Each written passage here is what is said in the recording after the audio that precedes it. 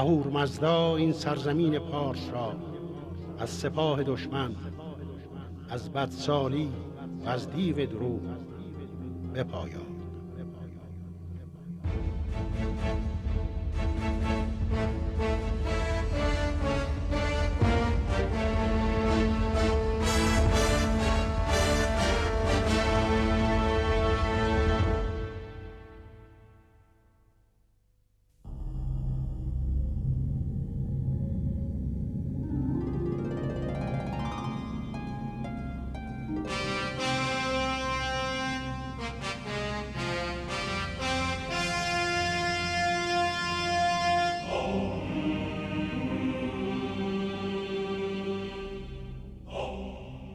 کوچ سالیانه ایلات و عشایر ایران همچنان برقرار است.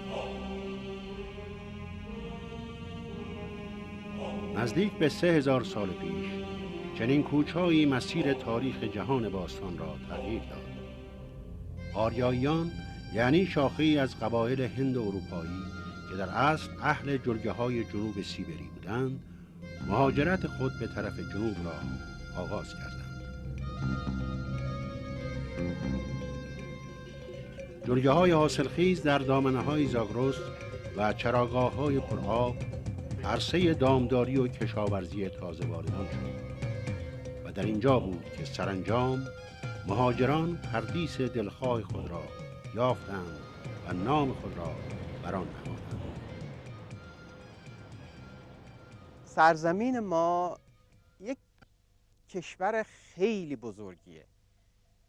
این سرزمین اسمش از قوم آریایی اومده. ایریانخ شهر است، سرزمین آریاییان، دولت آریاییان که ایران شهر و بعد امروز ایران شد.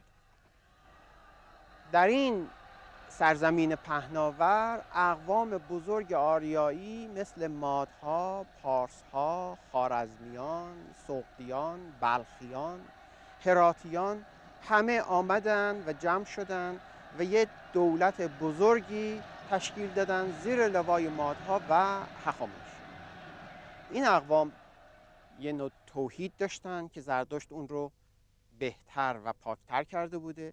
نیروهای طبیعت رو مثل آب و باد و آتش و خاک رو به عنوان نیروهای ایزدی می‌دونستند، ولی البته نباید فکر کرد که به عنوان پرستش اونها اقدام می‌کردند. کما اینکه در شاهنامه این مسئله خیلی واضح آمده که نیا را همی بود آیین و کیش، پرستیدن ایزدی بود پیش. نگویی که آتش پرستان بودند، پرستنده پاک یزدان بودند.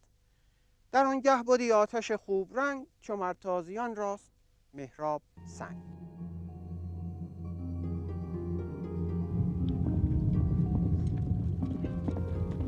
شش قرن قبل از میلاد اقوام آریایی به رهبری کوروش هخامنشی بزرگترین دولت جهانی که تا آن زمان سابقه نداشت را به وجود آوردند. پس از کوروش پسرش کمبوجیه مصر را هم به دامنه اقتدار هخامنشیان افزود. آنگاه داریوش بزرگ تاج و تخت هخامنشیان را به دست آورد و 36 سال بر ایران فرمانروایی کرد. قلمرو دولت هخامنشیان پهناور بود. از آسیای میانه و رود سند در هندوستان تا رود نیل در مصر و رود دانوب در اروپا را در بر می‌گرفت. خصیصه دولت هخامنشی احترام به آزادی فردی و قومی، بزرگداشت نظم و قانون و تشویق بازرگانی و هنر بود. هخامنشیان سرتاسر سال را در یک جا مقیم نبودند، بلکه بنابر اقتضای آب و هوا هر فصلی را در یکی از پایتخت‌ها اقامت داشتند. در فصل سرما در بابل و شوش به سر می‌بردند و در فصل گرما به همدان یا اکباتان در دامنه کوه الوند می‌رفتند که هوایی لطیف و تازه داشت. این سه شهر پایتخت‌های اداری، سیاسی و اقتصادی بودند. اما دو شهر دیگر هم بود که پایتخت آیینی و شهرهای مقدس هخامنشیان به شمار می آمد. یکی پاسارگاد که جایگاه برگزاری آیین‌ها و تشریفات تاجگذاری شاهان هخامنشی بود و دیگری تخت جمشید یا پارسه که در آن عید نوروز را که عیدی دینی و ملی بود جشن می‌گرفتند. تخت جمشید جایی هست که نام اصلیش پارسه بوده، هم ارگ و هم شهر. دوره هخامنشی این نام رایج بوده، در کتیبه هم اومده، ولی بعد که هخامنشیان برافتادن و شهر هم از بین رفته، به خاطر اینکه دیگه کتیبه هاشون رو نمیتونستن بخونن، این نام و خاطر هخامنشیان فراموش شد. در زمان ساسانیان این ناحیه رو به خاطر موقعیتش صدستون میخوندن. بعداً چون خاطر هخامنشی‌ها از یه طرف فراموش شده بود، از طرف دیگه ایرانی‌ها جمشید رو نمونه اعلای سازندگی و شکوه شاهی میدونستن و میگفتن که تختش رو نمایندگانش ور می‌داشتن و از یه جایی به جای دیگه می‌بردن و اینم عیناً در تخت جمشید صدق میکنه برای شاهان هخامنشی. این ناحیه رو به عنوان تخت جمشید خوندن که از 1000 سال پیش نام مرسومی شده. جایگاه شهر پارسه در حدود سال 518 قبل از میلاد، داریوش بزرگ صخره بزرگی را در حدود شمال غرب کوه مهر یا کوه رحمت برگزید تا کوشک شاهانه‌ای بر روی آن بنا نهد. داریوش و پسرش خشایارشا و پسرزادش اردشیر یکم هخامنشی بناهای با شکوه تخت جمشید را به تدریج بر آن برپا داشتند. گوید خشایارشا: آنچه را که پدرم بنا نهاد من نگهداری کردم و کاری دیگر بر آن افزودم. آنچه من بنا کردم با آنچه پدرم بنا کرد همه به خواست اهورامزدا بود.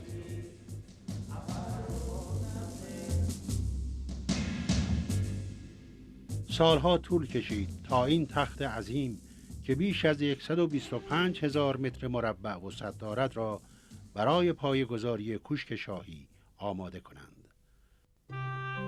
در همان زمان آبراهه‌هایی کندند و مظهر این آبراهه‌ها را در خندقی بزرگ و پهن که در پشت دیوار شرقی تخت حفر شده بود قرار دادند. اما بعدها که این خندق پر شد، آب باران کوهستانی قسمت اعظم برج و باروی شرقی را ویران کرد و به درون محوطه کاخ‌ها ریخت و بخشی از آنها را در زیر خاک دفن کرد، تا آنکه در اوایل این قرن باستانشناسان خاک‌ها را بیرون ریختند و چهره بناها را دوباره نمایان ساختند.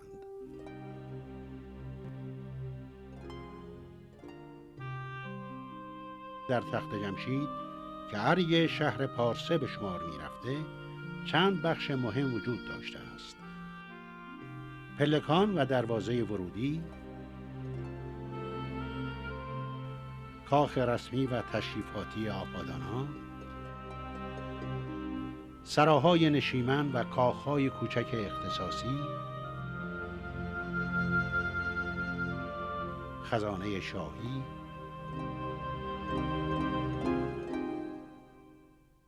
کاخ صدستون و بالاخره دژ و باروی حفاظتی که در ورای آن شهر پارسه قرار داشته است.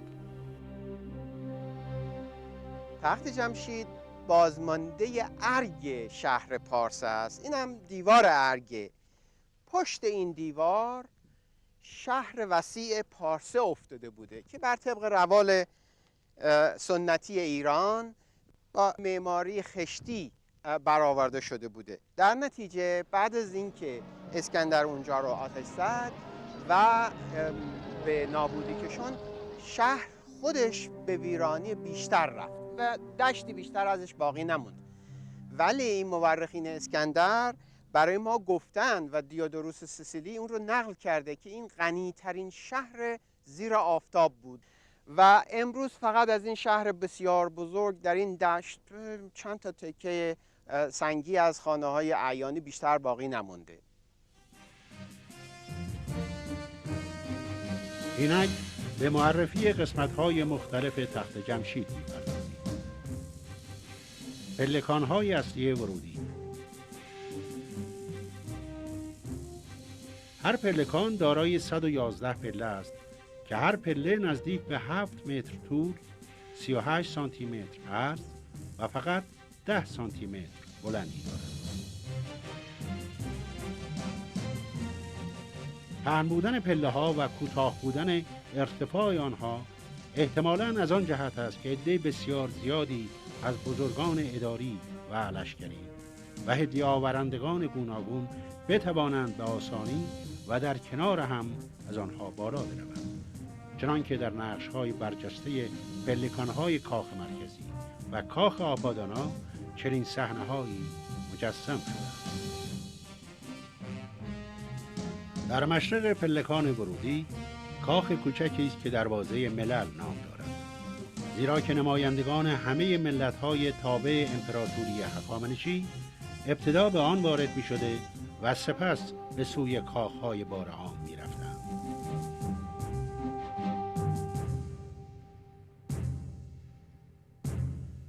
در دو جانب درگاه غربی دو نره‌گاو بسیار عظیم جرزهای درگاه را بر پشت خود نگه داشتند. روی اینها به سمت غرب است، یعنی دشت و بازدید کننده تازه وارد شده را می‌نگرند. از درگاه غربی که بگذریم وارد اتاق بزرگ 4 ستونی می‌شویم.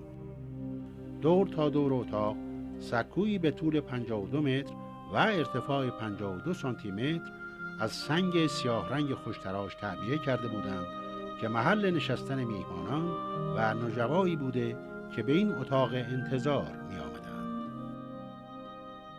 اقوام مختلف از جاهای بزرگ شاهنشاهی ایران می آمدند و بر حسب دوری و نزدیکیشون در این تالار گرد می آمدند. بعد روی این سکو گروه گروه می نشستند. نمایندگان نجبای ایرانی هم روی اون سکو و گروه گروه آماده می نشستند. پشت این دیوارها تماما از کاشی‌های رنگین تا سقف به تزیینات نخل و سرو و ستاره و لوتوس آراسته بود و یه شکوه خاصی به این محوطه میداد. بعد از اینکه اینها اجازه ورود پیدا می‌کردند، بارسالار که در اینجا ایستاده بود و کاخ رو میدید، کاخ بارعام رو میدید، بهش اشاره میشد که حالا گروه دوم رو بفرست، گروه سوم رو بفرست و این گروه های نمایندگان ملل مختلف از درگاه جنوبی وارد می شدند، نمایندگان نجبا از درگاه شرقی وارد خیابان رژه می شدند.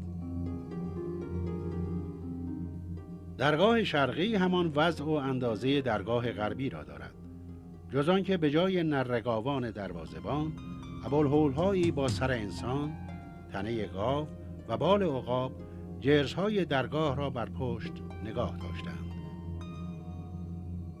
و اما نمایندگان ملل گوناگون تابع امپراتوری با پیشکش‌ها و هدایای خود برای شرکت در مراسم بارعام از پلکان آپادانا بالا رفته و وارد کاخ آپادانا می شدند. نمایندگان و مهمانان شاهی که از پلکان بالا اومده بودند و می آمدن در کاخ آپادانا میبایستی از یکی از این درگاه ها وارد بشن.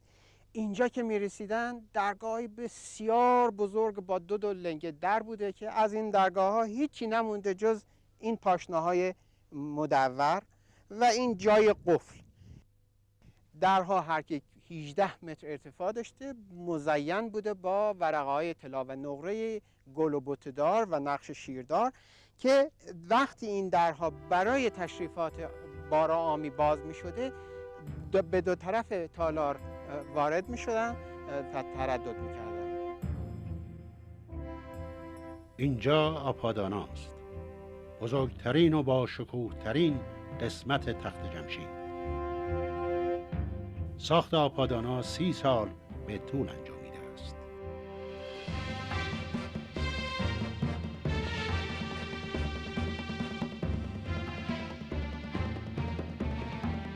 تالار آپادانا و ایوانهای سگانه اون با شکوه ترین و زیباترین اثر جهان قدیمه. این تالار خودش 3600 متر مربع وسعت داره.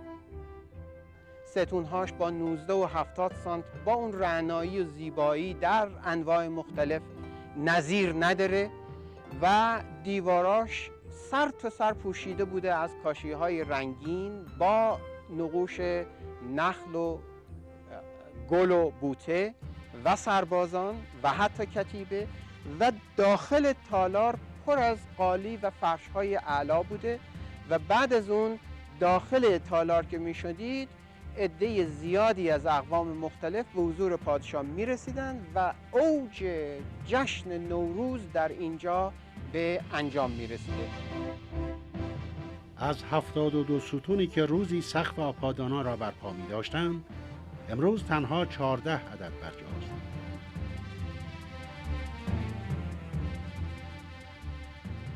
هر ستون تالار مرکزی مرکب بود از ساق‌های استوانه‌ای چیاردار و از سرستون گاو دو سر.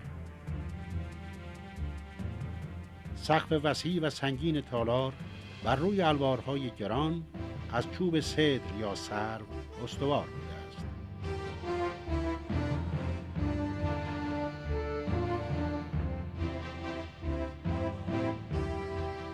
ضمناً سرستون‌های ایوان شرقی به شکل شیر دو سر بوده است. دیوارهای تخت جمشید از خشت خام و عمدتاً مربع شکل بوده. لایه کوتاهی از این دیوارها در جاهای مختلف تخت جمشید پابرجاست. من الان روی دیوار دور آپادانا حرکت میکنم و اون رو گز میکنم. این 6 متر ستبری داره. این دیوار در حدود 22 متر ارتفاع داشته و دور تا دور کاخ رو میپوشونده. سقف آپادانا بر روی این دیوار و ستونهای 72 گانه اون استوار بوده و یک چیز خیلی وسیع و بزرگی شبیه به زمین فوتبال رو میپوشونده.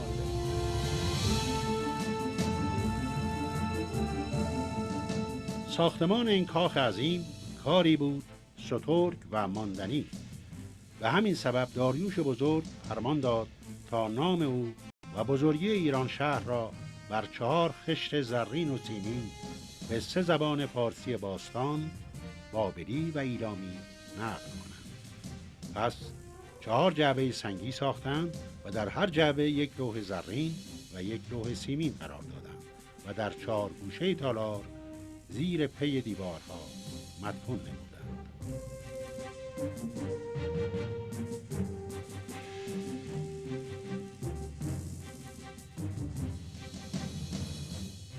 زیباترین و مهمترین قسمت آپادانا و شاید همه تخت جمشید ایوان شرقی آن است که نقش‌های زیبایش شکوه و گیرایی بیمانندی دارد. در میان نقوش گل‌های 12 پر و درختان سرو جایگاه ویژه‌ای دارند. سرو در ایران باستان درخت فرخنده و بهشتی بوده است. اما گل‌های 12 پر گذشت از شادابی و خوشبویی احتمالاً نمودار 12 ماه سال هستند و نوارهای مزین به این گل‌ها و همچنین درختان سرو و درختان نخل احتمالاً نشانه خوشبختی و برکات مداوم به شمار می آمده.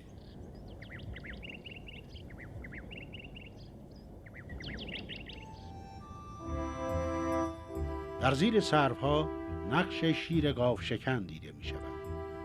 سر شیر از روبرو نشان داده شده و این در حجاری های تخت جمشید کم نظیر است. بهترین تعبیر این صحنه تفسیر نجومی آن است. همه می دانند که از روزگاران قدیم شیر یا برج اسد یکی از صور فلکی به شمار می آمده و همواره در هنر و نجوم و ادبیات با خورشید مربوط و حتی یکی بوده است و گاو نیز از علائم فلکی است، برج ثور. در حدود سال 500 قبل از میلاد ورود خورشید به برج گاو در وقت اعتدال ربیعی یا نوروز در تقویم کنونی بوده است. بدین ترتیب شیر گاوشکن به احتمال زیاد زمان جشن نوروز را خاطر نشان می‌سازد.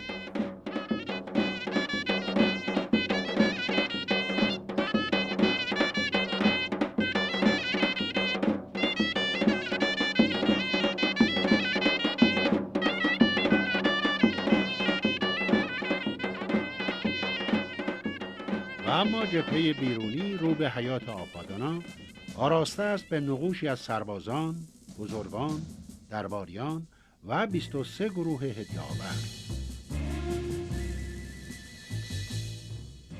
باید توجه کرد که در دوره باستان هنرمندان از علم مرایا یا پرسپکتیو به روش امروزی استفاده نمی‌کردند. بنابراین و برای نشان دادن چند صف کنار هم ناگزیر هر یک از آن صف‌ها را بر فراز دیگری قرار می‌دادند.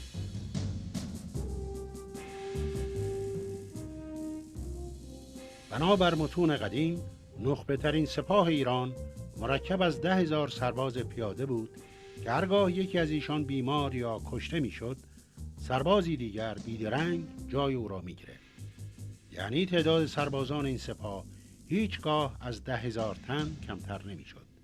از این جهت این سپاه را جاویدان یا بیمرگ می‌خواندند. نوشتند که جامعه این سربازان بسیار رنگین بوده و ارغوانی و زرد و گلبهی جلوه‌ای خاص به آن می‌داده است. از اینجاست که نویسندگان معاصر نگهبانان منقوش بر آجرهای لعابدار شوش را نمونه‌هایی از جاویدانان می‌دانند.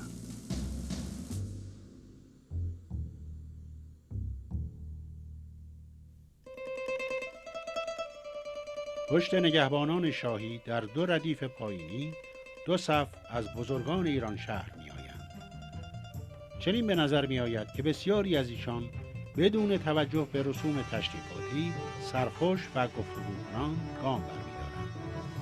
اینان ستونها و گردانندگان سرنوشت ایران بودند و در نتیجه مقام بلند و ارج فراوان داشتند.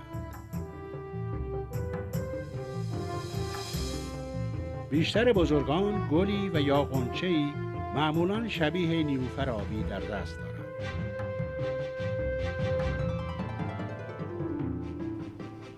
کسانی هم اشیای کروی به شکل سید یا تخم‌مرغ رنگین به دست گرفتند که همه اینها از ویژگی‌های جشن نوروز است.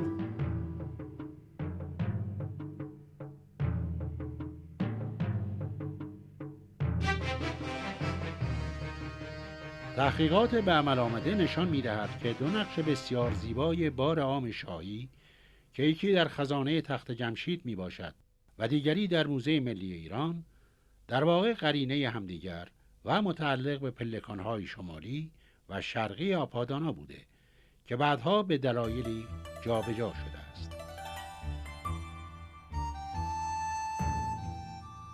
این صحنه بیگمان آغاز بار عام را نشان می‌دهد. فرمانروا زیر سایبان شاهی جلوس کرده و ولیعهد و بزرگان درباری پشت سرش ایستادند. در پیش روی فرمانروا رئیس تشریفات گزارش جشن را می‌دهد و مأموران تشریفات هدیه‌آوران را که از سرتاسر ایران آمده‌اند گروه گروه به پیشگاه پادشاه راهنمایی کرده و معرفی می‌کند.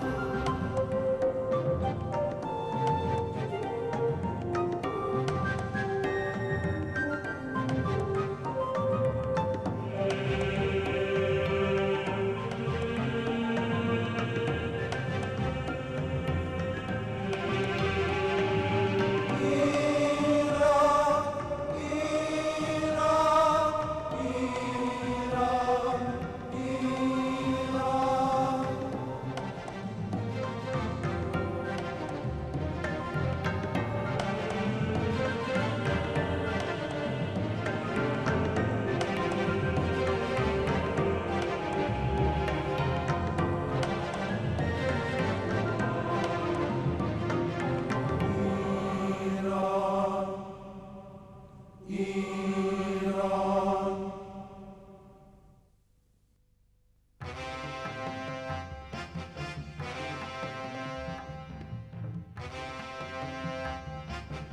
نخستین کاخهایی که بر صفه تخت جمشید برپا شد، بنایی معروف به تچر بود در جنوب غربی آپادانا، رو به جنوب، یعنی به سمت آفتاب. این کاخ اختصاصی داریوش اولین کاخ هخامنشی هست که در اینجا ساخته شده. از بسیاری جهات تفاوت‌های زیاد و امتیازات خوبی داره. یکی این که عین این کاخ رو قرینه روی آرامگاه‌های هخامنشی از داریوش به بعد ساختن، و دوم این که کارهای هنری این کاخ به اندازه زیبا و صیقلی هست که مردم اون رو به عنوان تالار آینه می‌خونن.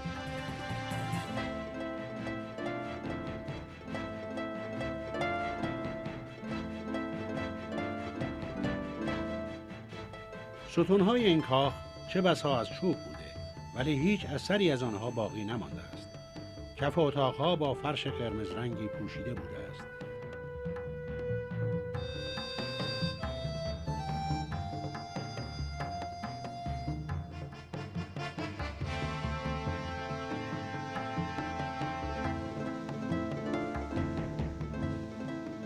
از طرف دیگر کاخ هدیچ منسوب به خشایارشا بر سینه سنگ ساخته شده که کف آن از سطح دشت نزدیک به 18 متر بلندی داشته است.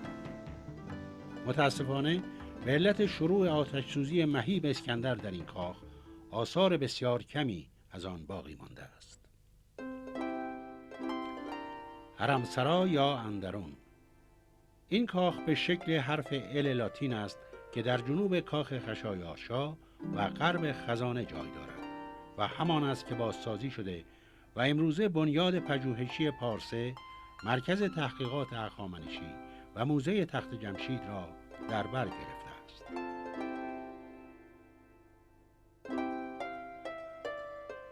البته وقتی که از موزه صحبت می‌کنیم به فکر این هستیم که یک تالار پر از اشیاء گرانبها داریم، اما تخت جمشید بارها و بارها، اول توسط اسکندر بعد توسط افراد دیگه غارت شده و اون چیز هم که خوب بوده حفاران و خارجی ها بردن. یه مقدارش هم تازه که خیلی بهتر از اینجا بوده در موزه ملی ایران محفوظه.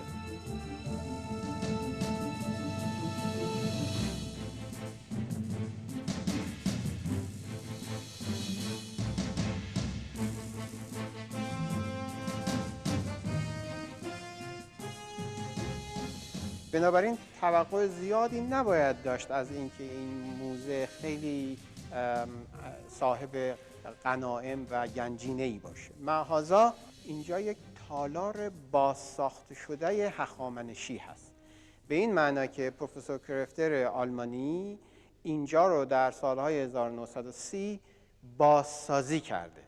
زیر ستونها، قلمه ستونها، شالیه ستونها، سر ستونها همه به صورت اصلی تقریباً بازسازی شدن و این تالار به صورت یک تالار هخامنشی زنده در اومده، به طوری که نورگیرهای پنجره ها مشخصه، درگاه ها خیلی قشنگ بازسازی شدن و هر جا که شما نگاه بکنید معماری هخامنشی رو خیلی خوب میبینید.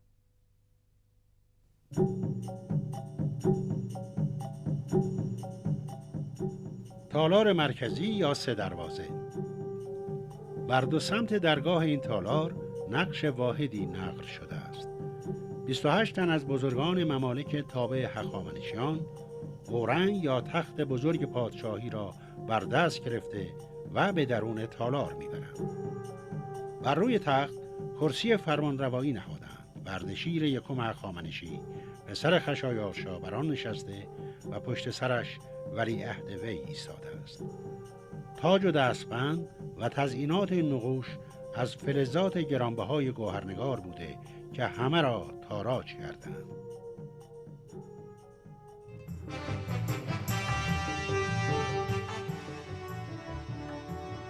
دومین کاخ تخت جمشید از حیث وسعت بنای شکوهمندی است که تالار مرکزی آن 100 ستون سنگی داشته و از این رو آن را 100 ستون خواندند.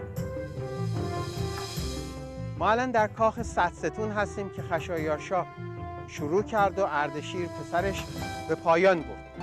این یکی از باشکوه‌ترین کاخهای تخت جمشید. 100 تا ستون داشته، 10 ردیف در 10 ردیف. ستونها همه از نوع عالی‌ترین سنگ‌های اون دوره ساخته شده، سنگ مرمرنما، سیاه مرمر و زیر ستونها به شکل زنگوله است.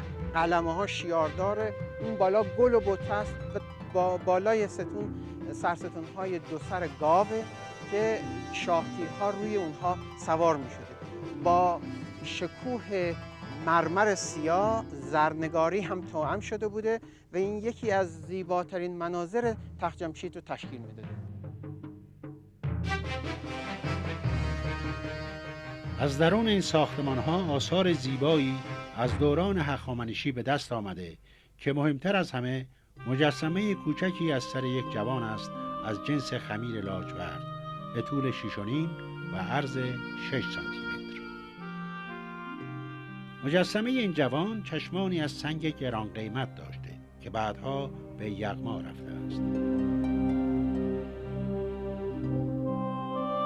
دیگر یک آجر کوچک لاجوردی است که در میانش عقابی گشاده بال نقش بسته است.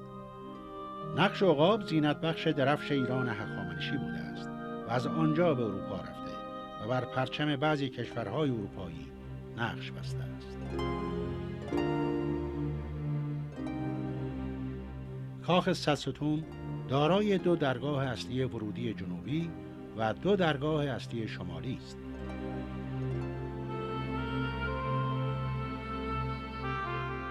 روی درگاه‌های جنوبی نقش اورنگ بران را می‌بینیم که تخت شاهی را بر دوش خود حمل می‌کند.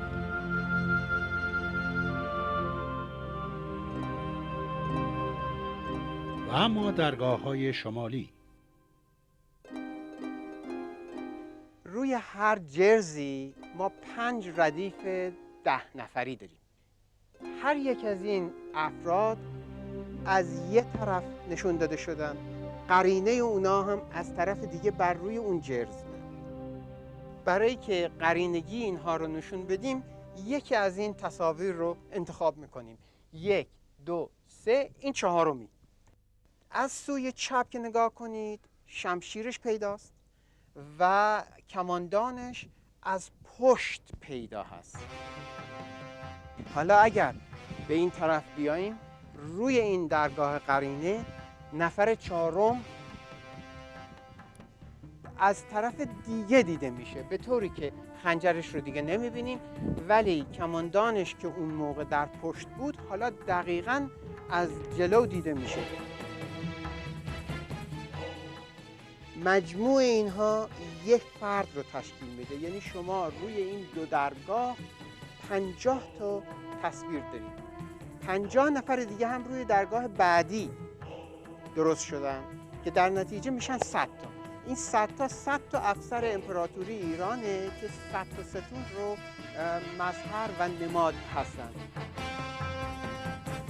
در قسمت شمالی صدستون جرزهای هر 2 درگاه را می‌خواستند به صورت گاوان بالدار درآورند، اما فرصت تکمیل نیافتند. این دروازه نیمه تمامه. قرینه اون ساختمان دروازه همه ملت‌ها هست. می‌بینیم که سنگ‌ها رو از زیر چیدند و نیمه تراش به بالا آوردند. اون وقت از بالا شروع می‌خواستن بکنند و بتراشند طوری که خرده ریزهای سنگ‌ها اون قسمت پایینی رو خراب نکنه. از این جهت برای ما این یک کارگاهی هست و خیلی هم کار با عظمتی بوده. تا آنجا که دریافته‌ایم یکی از نخستین بناهایی که روی صفه ساخته شده خزانه تخت جمشید است که آثارش هنوز برجاست.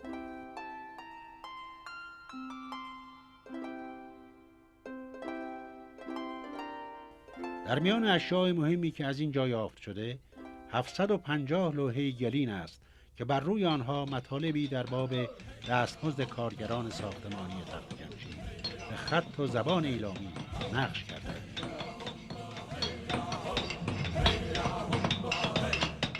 این الواح از نظر روشن ساختن وضع کارگران در تخت جمشید بسیار مهم است. اولا نحوه تقسیم کارها، ملیت کارگران و طبقه بندی آنان معین شده و در ثانی ثابت شده است که هخامنشیان مردم را به بیگاری نمی گرفتند و هر فردی را چه مرد چه زن اگر به کاری وامی داشتند مزدی عادلانه به صورت نقدی یا جنسی به وی می پرداختند. آرامگاه‌های دو شاه هخامنشی، اردشیر دوم و اردشیر سوم، با توجه به مقدس بودن کوه مهر یا همان کوه رحمت در سینه کوه کنده شدند. نمای این آرامگاه‌ها شبیه نمای کاخ‌های تخت جمشید است.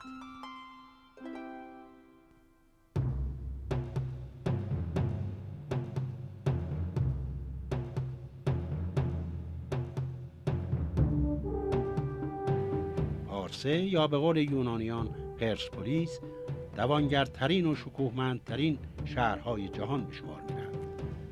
200 سال آبادی و فرمانروایی باعث شده بود که حتی خانه‌های عامه مردم نیز از دارایی و مال و منال پر باشد. همه جا زر و زیور انبار.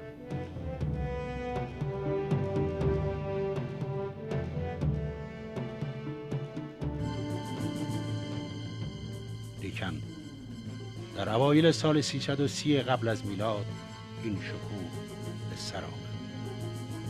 اسکندر مقدونی شهر را به سربازان خود سپرد تا هر چه می‌خواهند با آن و مردمش بکنند. اسکندر 2 ماه در تخت جمشید ماند و سپس به رغم اندرز مشاور خردمند و پیرش پارمینیون ارگ شاهی را به آتش کشید.